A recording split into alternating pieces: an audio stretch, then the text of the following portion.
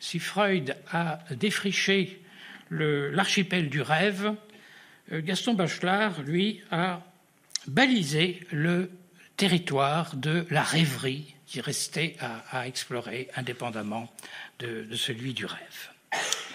Et sur d'abord cette différence entre rêve et rêverie, je devrais me contenter ici de citer une pensée de George Sand qui a l'avantage de donner une position extrême sur cette question. George Sand nous dit « Les jours sont faits pour nous reposer de nos nuits ». C'est-à-dire les rêveries du jour lucide sont faites pour nous reposer de nos rêves de la nuit. Et c'est ce qui va conduire Bachelard à tout ce qu'il appelle sa poétique de la rêverie, où je retiendrai simplement 2 propositions pour toujours toute notre problématique de déterminer le paradis de la paresse ou de la fainéantise. Première proposition de Bachelard où il nous dit, je cite, « C'est dans la rêverie qu'on peut trouver les éléments fondamentaux d'une philosophie du repos. » Et plus précisément, il écrit « La rêverie sans drame, sans événement, sans histoire, nous donne le véritable repos. » Et elle ménage ce que Bachelard appelle des oasis d'oisiveté. Et par conséquent, c'est cela qui, me semble-t-il, nous mène à la question. Le véritable paradis de la paresse, c'est la rêverie.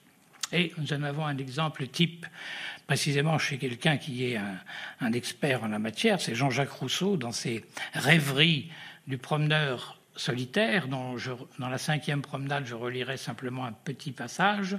« Tel est l'état où je me suis trouvé souvent à l'île de Saint-Pierre, dans mes rêveries solitaires, soit couché dans mon bateau que je laissais dériver au fil de l'eau, soit assis sur les rives du lac agité, soit ailleurs, au bord d'une belle rivière ou d'un ruisseau murmurant sur le gravier. »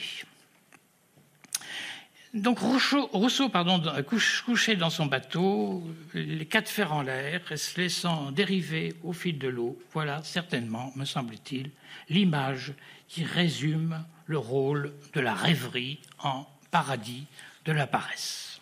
Dans la petite bibliothèque écrite par Bachelard sur la rêverie, il y a 2 titres essentiels, n'est-ce pas ? Il y a celui que j'avais indiqué, La Terre et les rêveries du repos, mais il y a aussi La Terre et les rêveries de la volonté, qui va nous ramener donc vers le domaine, paradoxalement, vers le domaine de l'action. Mais avant d'y parvenir, il nous faut faire une distinction qui est due à Russell dans son éloge de l'oisiveté, puisque nous sommes dans des rencontres sur le travail, ça va être une mise au point sur la notion de travail. Voici ce qu'écrit Russell dans son éloge de l'oisiveté. Et d'abord, qu'est-ce que le travail ? Il existe 2 types de travail. Le premier consiste à déplacer une certaine quantité de matière se trouvant à la surface de la terre ou dans le sol même. Le second, à dire à quelqu'un d'autre de le faire. Le premier type de travail est désagréable et mal payé. Le second est agréable et très bien payé. Voilà. Donc, vous voyez que le distinguo de Russell nous amène à la conclusion du fameux Bartleby de Melville « Je préférerais ne pas ».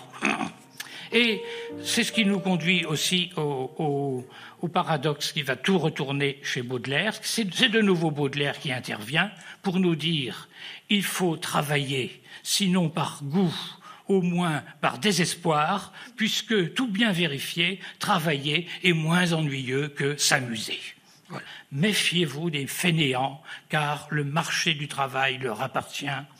Méfiez-vous des fainéants, car les travaux d'Hercule ne leur font pas peur.